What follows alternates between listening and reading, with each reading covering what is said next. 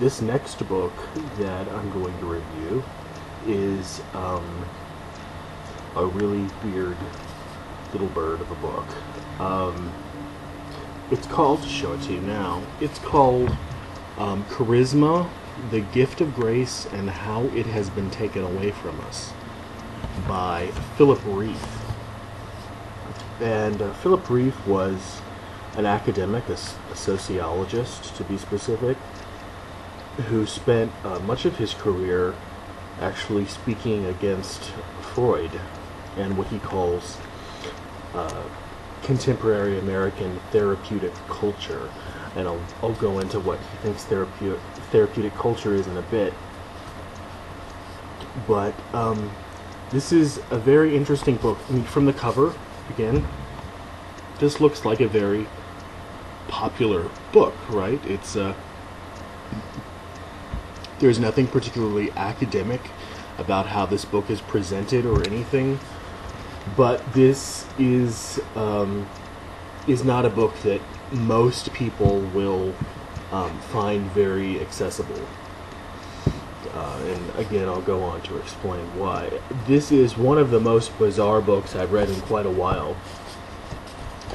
And mostly that's because it takes such a conservative position, such an intellectually conservative position towards religion.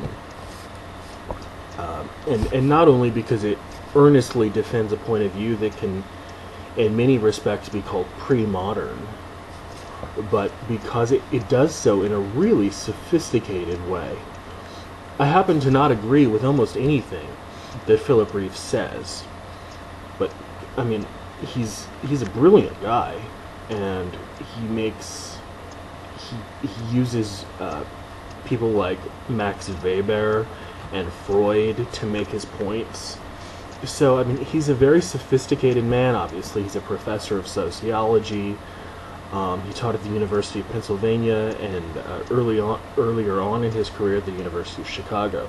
So a very smart guy.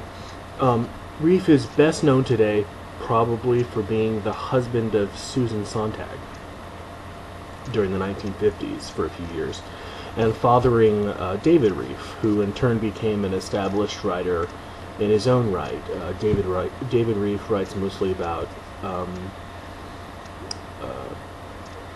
interventionism in other countries, conflicts, and human rights and things like that. Like I said, Philip Rieff, the father, taught sociology at the University of Chicago, where he met and married Susan Sontag after a very short courtship, and then later on at the University of Pennsylvania. He sustained a career-long attack upon what he calls in this book, and others, therapeutic culture, which he expounds upon in other books, including Freud, The Mind of the Moralist, and The Triumph of the Therapeutic. This book wasn't written by Rieff himself as he was getting on in years, as he was writing it and as he was thinking about putting it together. He knew about the cultural mainstream in the United States and where his book was in relation to that, and he admitted that this kind of book, as he said in his own words, wouldn't have a constituency. Two of his sociology students, Aaron Manson and Daniel Frank, cobbled together some of his notes that Rieff had made, and this book is the result of that collaboration. Another peculiar thing about this book is, like I said, despite its cover and its accessible enough introduction, it is essentially a book-length response to the sociology of Max Weber, and mostly his writing on the concept of charisma, to which other contributions were also influential. Rieff thinks that culture is thoroughly interdictory, what he calls interdictory. That is, that culture is built around negative demands made on people of that culture. Think, for example, of the Decalogue, the Ten Commandments, with its liberal use of thou shalt nots. Thou shalt not kill, thou shalt not covet thy neighbor's wife, etc., etc. In fact, life under Mosaic law is one of the examples that he discusses in particular detail. He calls cultures that recognize a common set of interdictory themes creedal cultures, cultures that operate by a certain creed. In fact, a culture's creed is what makes it a culture in the first place. And without that creed, there can be no culture, by definition. While Rieff never pinpoints a time in history, we, as cultural animals, and I think he's talking mostly about Western European culture, specifically here, began to question and eschew this interdictory motif. And he largely blames this on the writings of Max Weber, but not only him. He also has some pretty harsh things to say about Kierkegaard, Søren Kierkegaard, the Danish existential philosopher and Christian, and of course his favorite career-long hobby horse, Sigmund Freud. One of the biggest signs of an anti-creedal culture, which, as I said, he would not really call a culture at all, is the changing nature of charisma, and that's where the book gets its title. Charisma, Rieff claims, used to refer to the power of moral transformation and moral authority. Moses and Jesus are two of the most preeminent examples. Now when we hear the word charisma, we think of someone who has merely personal panache or personal vim or zest or appeal. The moral aspect of the word has been completely vitiated from its contemporary modern use. And again, he says this is all Max Weber's fault. None of what Rieff says about culture itself is particularly controversial. Every culture, even liberal ones, a word is I'll talk about in a minute, Rieff bandies about with never a lack of disdain. Even those liberal cultures have interdicts and prohibitions. Is there anyone that can deny that our culture is not based on at least some interdictory forms? Like I said earlier in the Decalogue, don't murder, don't commit incest, don't be a traitor to your country. Those last two are not in the Decalogue. But I mean, we operate our society and our culture under a number of these negative moral demands. But Rieff manages to say some pretty reactionary and, I venture, even anti-intellectual things in the course of this book. And perhaps they may not seem too reactionary, considering what he thinks about the basis of culture, but I'll let the reader judge. What I want to do here is quote some of the more interesting passages from the book. And these are just from the first 40 pages. But I think that the tone of the writing and what he's saying can give a real clue about where he's going with the rest of the book. I'll just give, for every quote, I'll give the page number and the quote itself. This is from page 4. Rieff says, "The modern guru, that is, the charismatic in the modern sense, represents the ephemeral, the fugitive, the contingent. It is in this sense that he is an exemplar, someone to follow." On page 7, Rieff writes this, "Weber is himself the culminating expression, I think, of the Protestant pathos, which turns into evolutionism and progressivism, with its mystique of breaks with the established order as the highest expression of the intellect and of soul. This Protestant pathos, this mystique with breaks of the established order, is less than a revolution and more than a reform.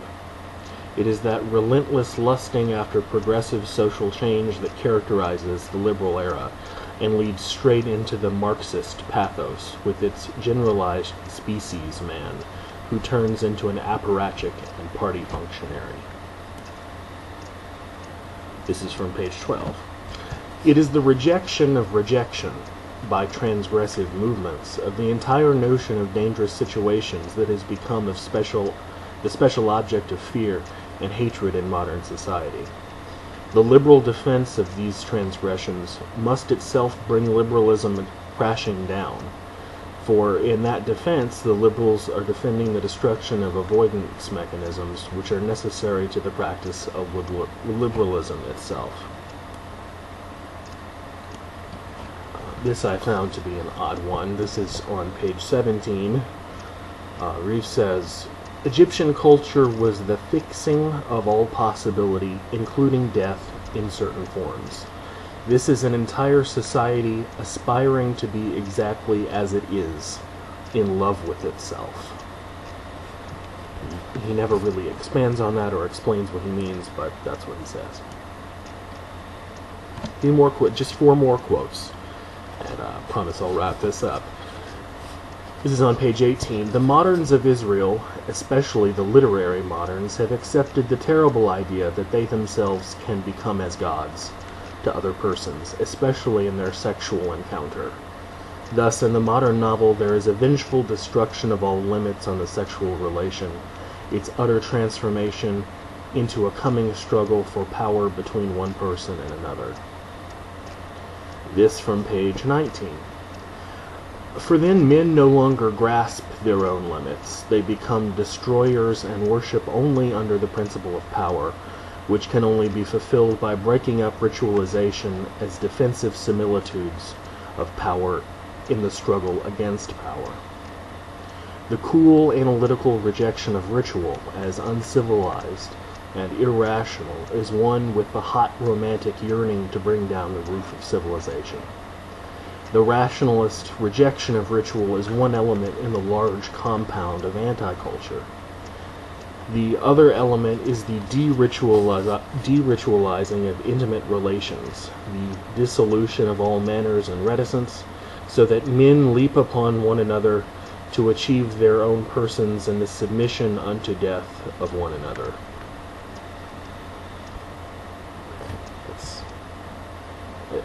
I wonder why he just can't come out and say that he's not a fan of gay sex, but alright. 2 more. On page 25. Science needs its own Sabbatarian movement, an insistence upon which it is not to do, a time and sphere of constraint. The insoluble condition of the scientists is that they are uncovenanted, that is, without an interdictory form. And the last quote, where he takes a shot at Harold Pinter. This is on page 37. The case histories for perversion that pass from modern literature and theater by failing to transform private into public are not art, but transgressive assaults upon the public, mounted in public. An anti-creedal play could be a man opening his fly and inviting an audience to do the same. In such an artistic condition, there can be no disobediences. No act needs justification because it means nothing whatever, like a Pinter play. I love that jab at the end. If any of these quotes appeal to you intellectually, you'll probably enjoy and agree with much of the thesis of Rieff's book, assuming that you're willing to navigate his prose, which often consists of elliptical bloviating.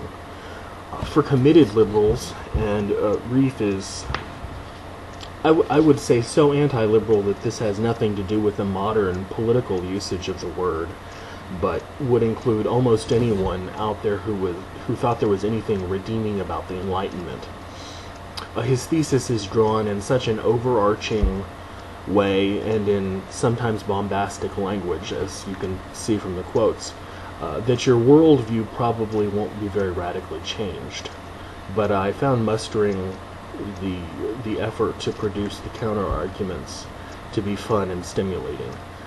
In many ways, this book reads like it was written a century ago, or even longer, and I find it odd that people can still believe such things, but I am glad that I read it. an odd little book, a bizarre book, but I'm glad I read it.